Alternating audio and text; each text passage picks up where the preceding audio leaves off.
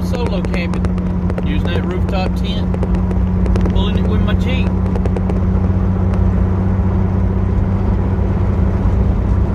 We're just about there.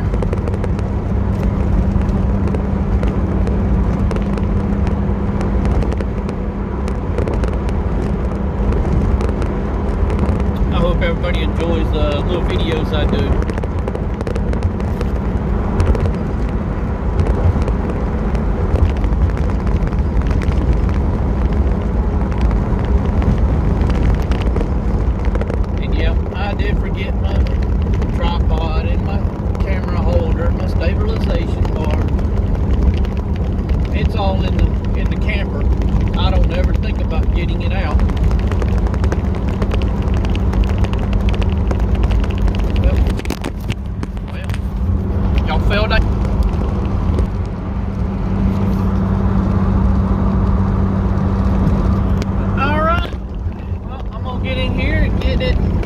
Set up.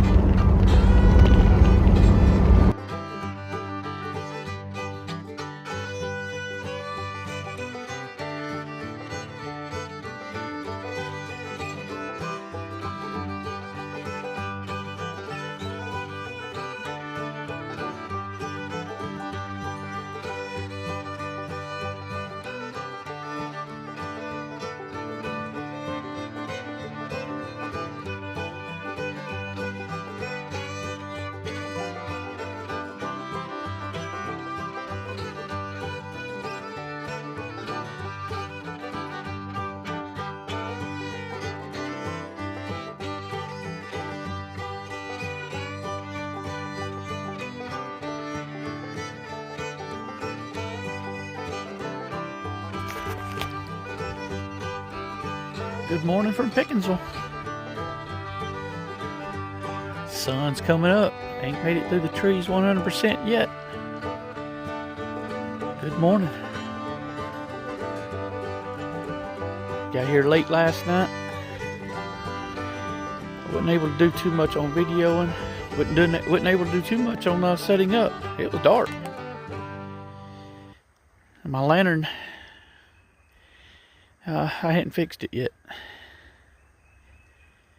Got a couple people over next door to me camping. It's hard to see it, but right there, that's my rooftop.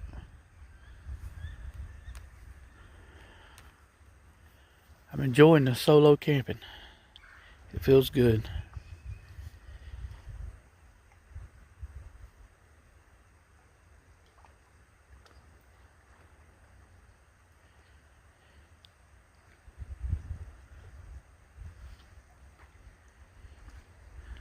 That beautiful water.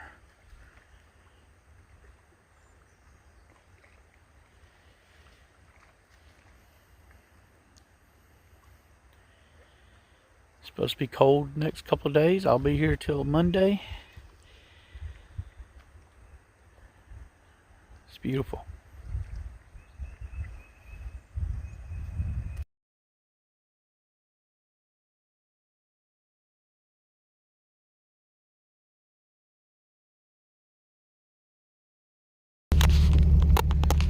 Alright guys, well, I'm sitting here in the campsite, campsite 120, full hookup site with my rooftop tent. Chose it not even realizing it was a full hookup. Luckily nobody came in that was wanting a full hookup. Actually, no, ain't but one other camper came in and they chose to park somewhere else, so in a different little lot. But we're going to do a little quick drive through and just give you an idea of Pickensville, Alabama. Campground here.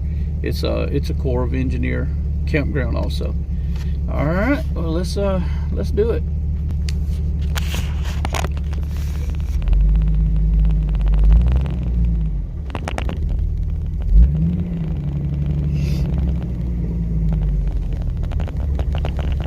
It might be a little bumpy. Hopefully my phone here.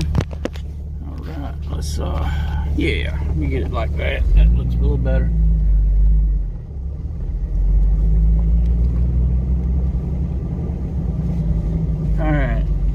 we're starting here at 120. We're gonna go down here and do this little loop.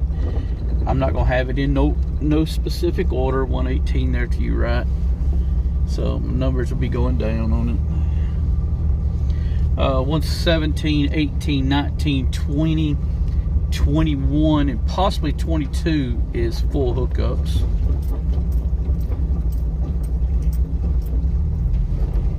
And then we do have a couple hookups over on this side, full hookups.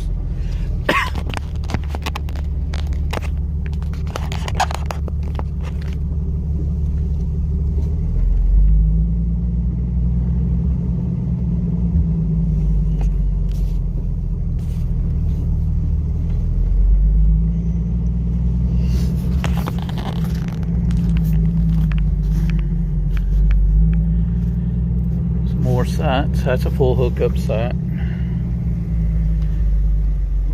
A pull through with a full hookup site.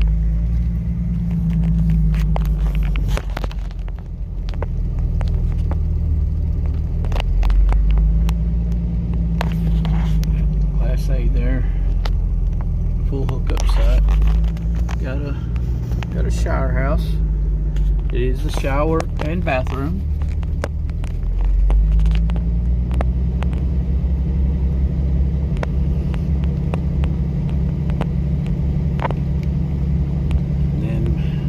They've got part of the campground closed down due to winter. That's just their normal thing. This loop here, this is a loop that we love going. It's going straight through and going down on that side. We love being on that side. I grew up camping that side with my grandparents. You got this little loop here, and you do have a little bit of a walking trail with some piers out there. It's right around just like a little lake part. No access to the river.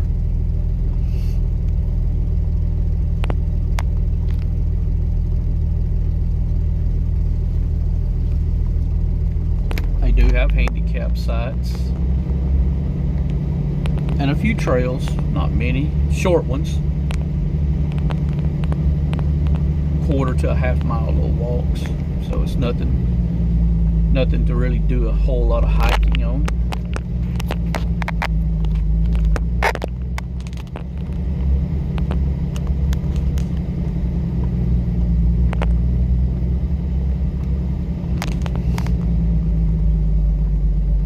This campground here is one I grew up camping at. Went to this and more than I have any of the other campgrounds.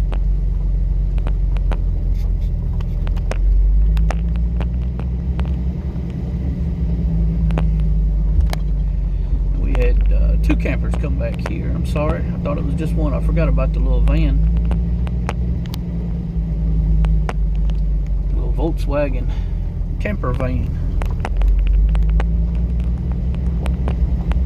And then the motorhome that did come in. Now all these sites, they're reserved from I can't remember, just the government site.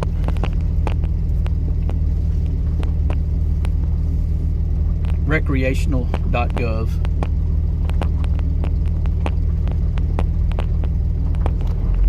And they do have a few walk-in sites, or what I call walk-in sites. You show up, you pay at the guard shack, camp shack, and they little kiosk machine.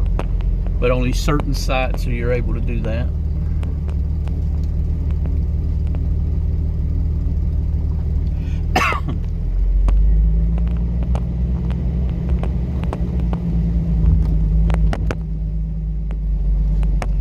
Not allowed to cut trees down for firewood, but if it's already laying on the ground, you're able to gather it, cut it, and use it. All the campsites, it's got 30, 50, and then just your standard 15 amp. All of them has water. There's no primitive. You can use a tent, but there's no primitive campsites, I should say.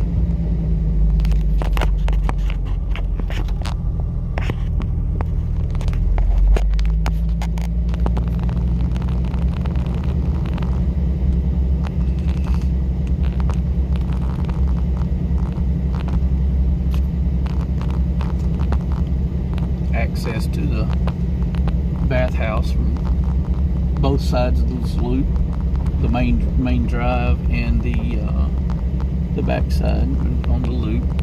I think it's called Cypress Lane.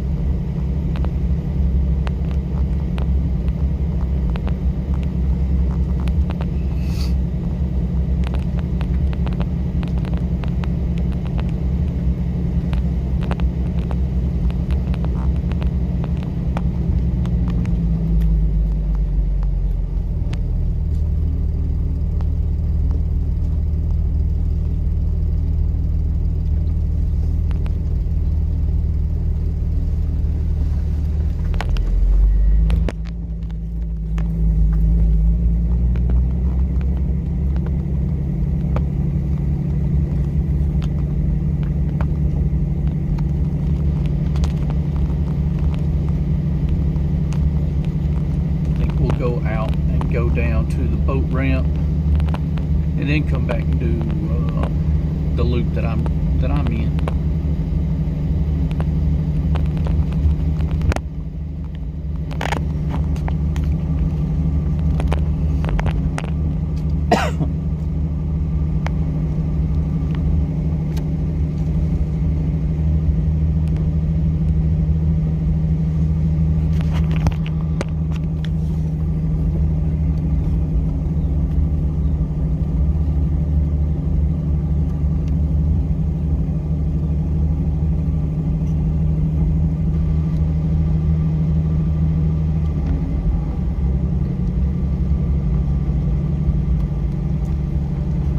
A lot of the sites are waterfront sites.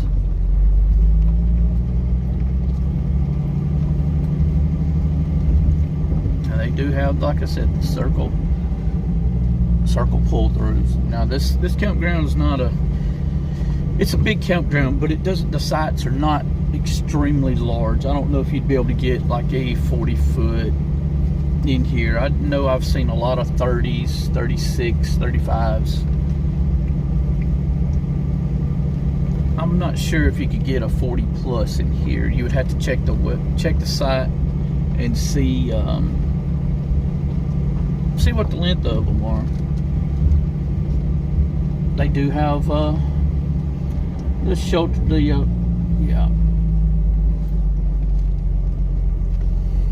covered picnic areas, and a basketball court and volleyball court. And they do have a fish cleaning station.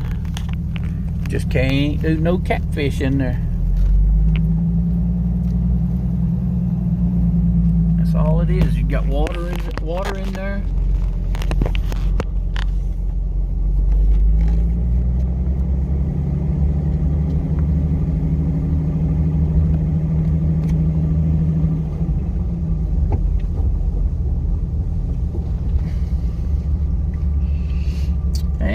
Come out of this part of the campsite, or camp, I don't know what you would call it. It would be this camp area section. That's the word I was looking for.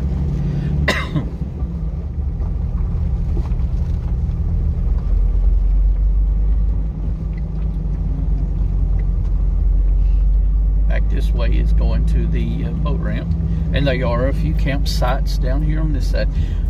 Years ago, this was the primitive section. This is where there was no power, no water, no hookups at all, and really wasn't a designated spot campsite. There was several openings, and you would find you an opening and pop a tent. They didn't charge but $5 or $10. It wasn't much at all. But now they've all got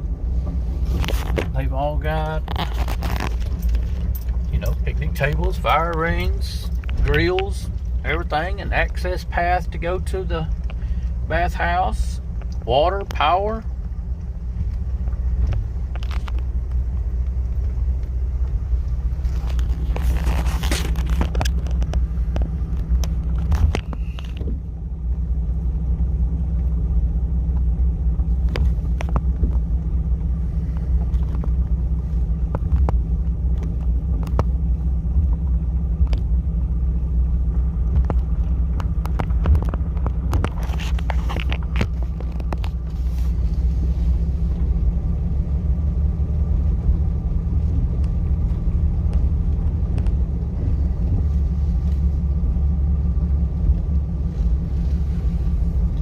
And I think it's two spots. You can get 2 boats launching at the same time. It's a little bit on the steeper side and slick when it gets wet. I have launched boats here. Doable with small vehicle or big vehicle, just got to be a little careful doing it. I've always done it with just a little, like a S10 or a Ford Ranger, or like a Chevrolet 1500, a Dodge Dakota, something like that. Now my Dakota that I had was 4-wheel drive, so it didn't have issues. But my Chevrolet 1500 rear-wheel drive, it would spin coming up out of it, but it's not bad. If there's been a bunch of people launching, it gets a little bit hectic.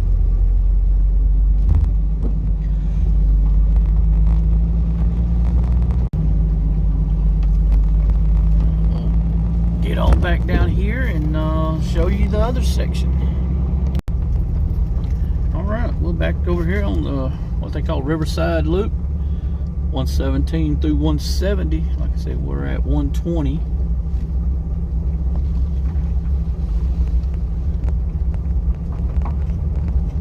I like this 117 spot. It's a nice little spot. It kind of slopes down, be a little bit difficult with our camper.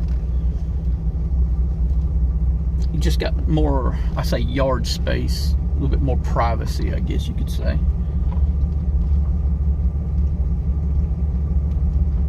But the sites, they're not just cram packed on top of each other, but they're close.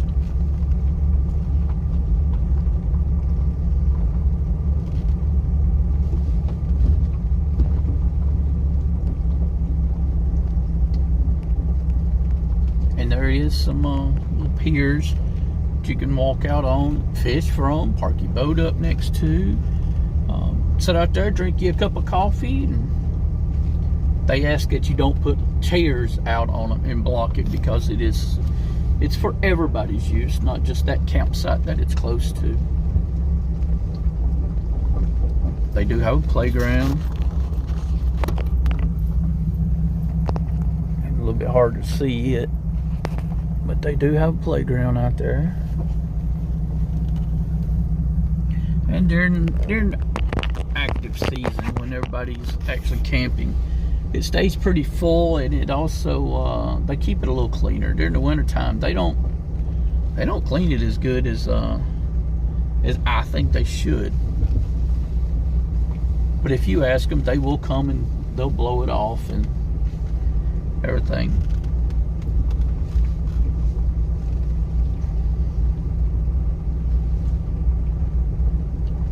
We enjoy camping right here in this little section right here too when we bring the motor home, because normally when we come over here on this section, we've got family with us, other campers, and we try to get some of the buddy sites. There's like 2 or 3 buddy sites.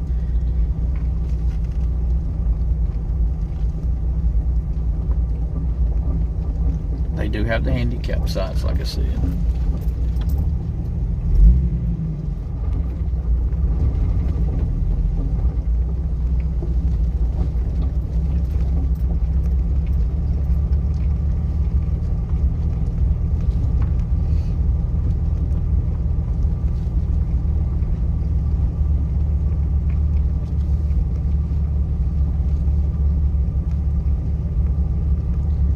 Campsites on both sides.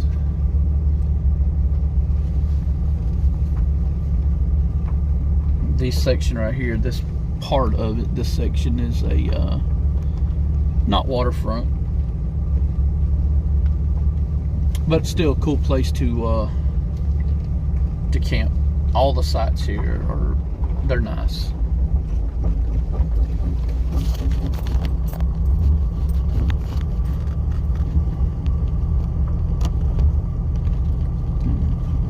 Our house over in the middle there has access from both sides, but it is closer from the main loop, from the waterfront loop.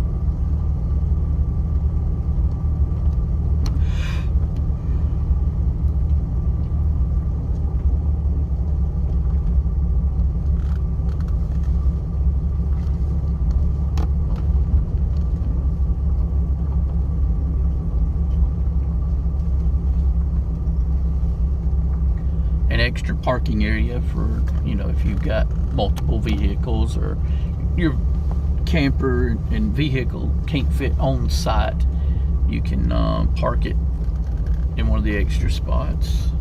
They ask that you don't park in the grass so you're not messing it up, but when it's packed out, most people just pull it on the grass or crossways of their parking, their campsite, and they still tear up, make a mess.